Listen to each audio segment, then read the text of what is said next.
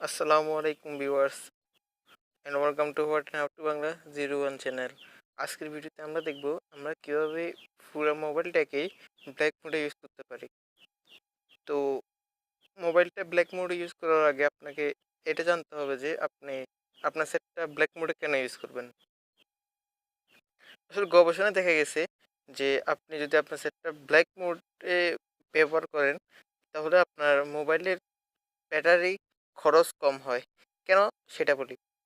মূলত যদি সেটটা হোয়াইট মোডে থাকে তো সেখানে পিক্সেল ডিসপ্লের পিক্সেলগুলোতে অনেক চার্জ খরচ হয়। আর যদি ব্ল্যাক মোডে ইউজ করেন তো আপনার ওই পিক্সেলগুলো উজ্জ্বল হয় না, যার ফলে ব্যাটারির চার্জটাও কম কাটে। যেহেতু পিক্সেলগুলো উজ্জ্বল করতে আপনার ব্যাটারির চার্জ নেবে, সেহেতু চার্জটা কমে অথবা চার্জটা বেশি ইউজ হয়। আর যদি আপনি ব্ল্যাক মোডে ইউজ করেন তাহলে আপনার চার্জ খরচ হবে না, খুবই সামান্য হবে। তো চলুন আমরা দেখে নিই সেটিংটা। প্রথমে আপনি আপনার মোবাইলের সেটিংয়ে যাবেন। সেটিংসে ঢোকার পর অ্যাক্সেসরিজে ঢুকবেন, অ্যাক্সেসিবিলিটিতে ঢুকবেন।